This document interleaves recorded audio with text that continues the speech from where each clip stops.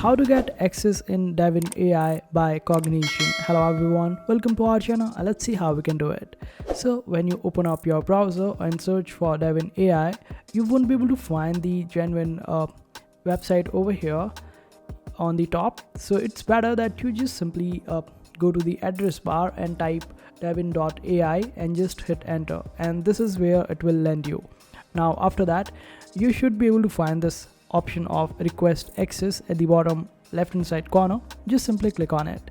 Here it would ask you to provide your email address, and then it would ask you what is the reason behind using Devin, and the other option is you need to introduce yourself, and after that you can click on this option of request access, and after few hours, or sometimes it might even take a few weeks because there is so much traffic going on this particular access. So this is why it might take a little longer for you.